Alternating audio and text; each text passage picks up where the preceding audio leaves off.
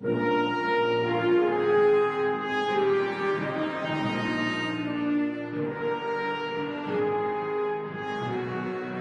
Galactic Guide for Hurston Dynamics, please wait.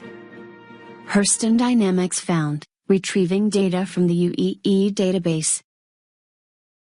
Hurston Dynamics is the United Empire of Earth's premier producer and distributor of both quantum cascade lasers and a wide variety of electron guns.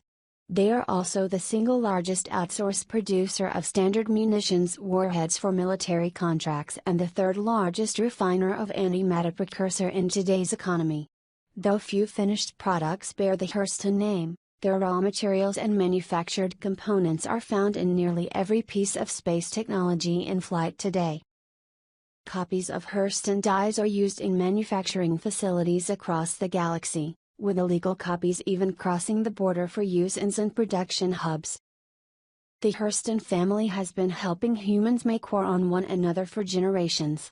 They can readily trace the name back 500 years, to the development of the first power lasers for space defensive platforms.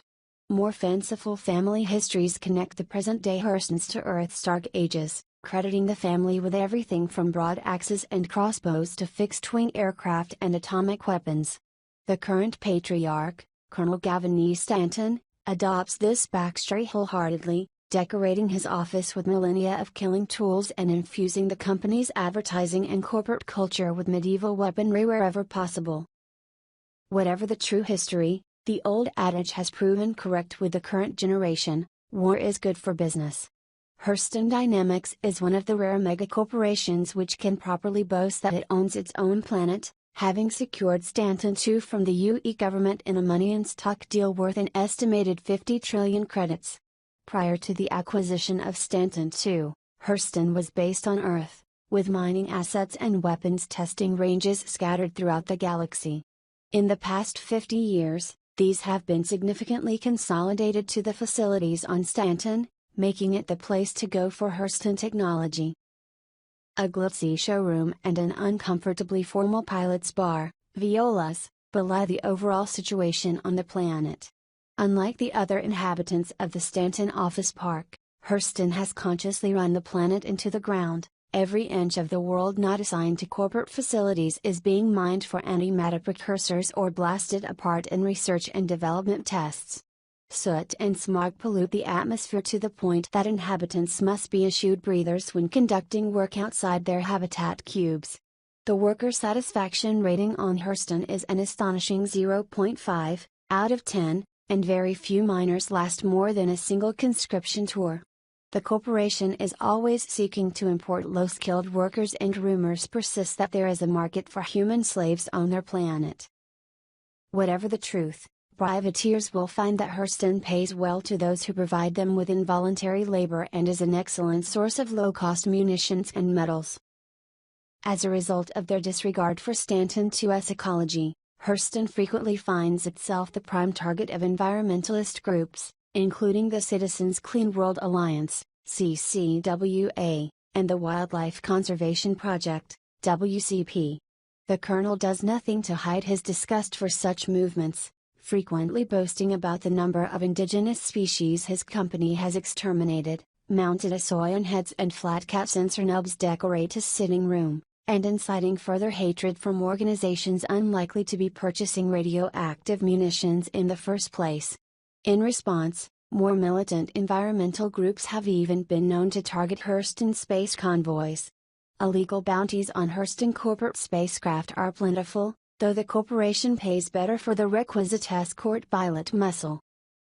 Though their weapons technology is found throughout the Empire and beyond, Hurston currently manufactures only two lines of branded ship weapons: quantum cascade lasers and electron guns.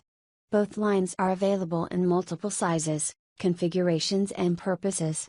Weapon sizes range from tiny needle cannons to the massive capital batteries found on UE warships. Hurston's extensive tool and die experience allows for both weapon types to be sold in both Gatling repeater and strict cannon configuration. Variants of the guns, at various grades, are designed for different markets: cheap for export, standard to quality for licensed civilian use, and excellent for the UE military. Hurston's Spectrum line of external cavity quantum cascade lasers has been used effectively by a variety of operators for nearly a century. Quantum cascade lasers fire electromagnetic bolts that convert any material contacted into plasma, giving it a reasonable bite that is useful in most space combat encounters. A Hurston Dynamics Spectrum 7 QCL is recommended by the Bounty Hunters Guild as the gold standard for starter laser cannons, while the Spectrum 9 Gatling variant has been adopted by the UE for their destroyer-based systems currently undergoing space trials. While many corporations produce cheaper quantum cascade lasers, mostly based on Hurston's technologies, the Hurston name continues to convey a strong cachet. The less celebrated magnitude line of electron guns is generally considered a specialist's weapon. Standard UE units do not use magnitudes, although they are mounted on particular special operations and advocacy spacecraft variants. The guns strip electrons from hydrogen atoms and then accelerate them at high speeds suspended in a magnetic bolt focused through a multi-stage INSA lens. A pilot trained in the use of his particular model of electron gun will find it an incredibly precise and powerful weapon. A newbie activating such a gun for the first time will find it largely useless. Extensive weapons labs have been established on Stanton 2, and rumors of a third line of guns continue unabated. These rumors gained serious traction last year, when the corporation put out a record-high 10 million credit bounty believed to be for a mercenary who stole a test artifact from the corporation. It is unknown whether or not the bounty was claimed or the artifact was recovered. Observers do consider it highly unusual that Hurston produces conventional and antimatter warheads without their own delivery system.